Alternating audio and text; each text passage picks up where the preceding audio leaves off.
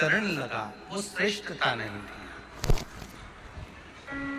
जो अधोगति में चले जाते हैं, अचानक जिनके प्राण छूट जाते हैं, उनके लिए ये कथा कर रही है। पितरों की 3 बेटियां, तीनों से गलती हो गई। आप शिव मंदिर में जाएं, कोई गलती ना हो, जल चढ़ाएं, मना नहीं, छींटा ना लगे, धीरे धीरे चढ़ाएं। और एक बात अच्छे से ध्यान में रखिएगा, शिव मंदिर से जब भी वापिस आए, जल चढ़ाकर अपना फर्ज पूरा अदा कर। फर्ज से मतलब जब शिव मंदिर से वापिस आए, जो पत्ती, बेलपत्री, फूल शिव जी पे चढ़े थे वो नीचे शिवलिंग पे से नीचे गिर गए हो। एक शिवलिंग रखा है लाना, मिट्टी वाला, नहीं जरा उठा के। अब छत्तीसगढ़ में कथा चल रही, थोड़ा ध्यान से सुन लोगे एकांतेश्वर शिवलिंग का पूरा वृतांत।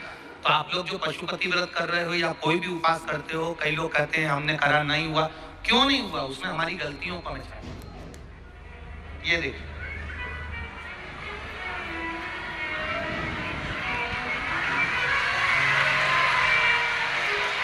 अब जैसे ये शिवलिंग रखा है, आपने जल चढ़ाया, अब जल आप यहां से चढ़ा रहे हो तो धीरे धीरे धीरे धीरे चढ़ाएं, जिससे छींटे बाहर ना, यहां तक छींटे रहे ना, जलाधारी तक चलेगा, बाहर ना दे। और एक बात का स्मरण रहे,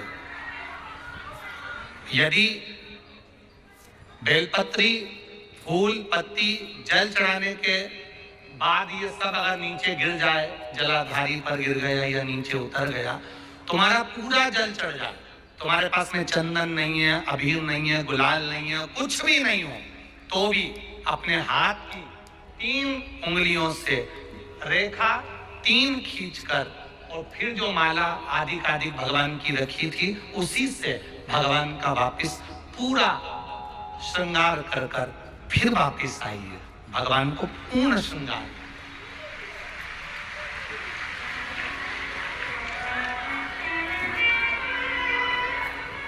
भगवान का पूर्ण श्रृंगार कर आइए। कई लोग जल चढ़ाने के बाद में भगवान का जो फूल पत्ती नीचे रखी रहती है, आप, हम ये नहीं कह रहे कि आप अपने घर से लेकर जाओ, आपके पास में कुछ नहीं, 1 लोटा जल चढ़ाओ, जल चढ़ाया, जो फूल पत्ती नीचे रखी हुई है उसी को उठाकर, उसको रखकर, उसी फूल से भगवान का खूब सुंदर भगवान का कर फिर आइए।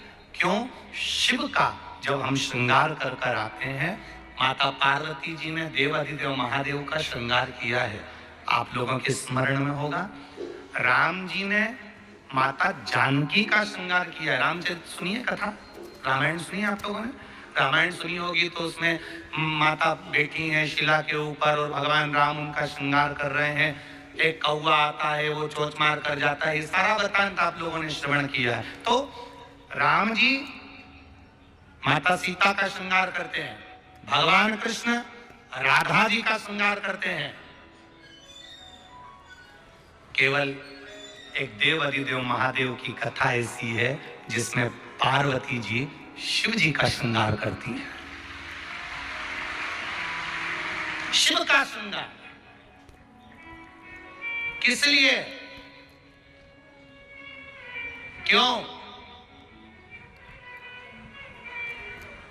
कहा जल चढ़ाने के बाद वहीं पर पड़ी हुई पत्ती से, फूल से, जो चढ़े हुए फूल हैं, चढ़ी हुई पत्ती है, चढ़ा हुआ निर्माल्य है, जो भी शिव जी का है, उसी को धोकर वापिस भगवान का श्रृंगार कर आना चाहिए। किस लिए? कि हे भोलेनाथ, जब मैं इस संसार सागर से जाऊं, अखंड सुहाग लेकर पूरी श्रृंगार कर इस धाम से जाऊं, ऐसी कृपा। जो पढ़ाओ, जो पढ़ाओ, चंदन नहीं है, हाथ से चंदन का स्मरण होना चाहिए।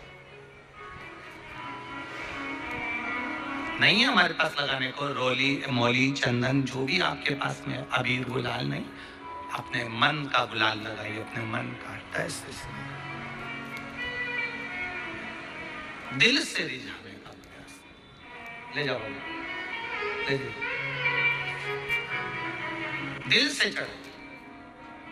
और जब भाव से, दिल से आप आनंद के साथ देवाधिदेव महादेव का आप पूजन करो, उसमें गलती ना हो, गलती ना।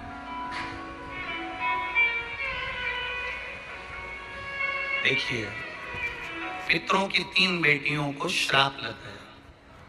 श्राप क्या लगा? तुम्हें पृथ्वी पर जाना पड़ेगा, मृत्यु लोक में जाना पड़ेगा, और तुम्हें मृत्यु लोक में जन्म लेना पड़ेगा। मृत्यु लोक में जाना पड़ेगा और तुम्हें जन्म लेना पड़ेगा। अब दुख आ गया।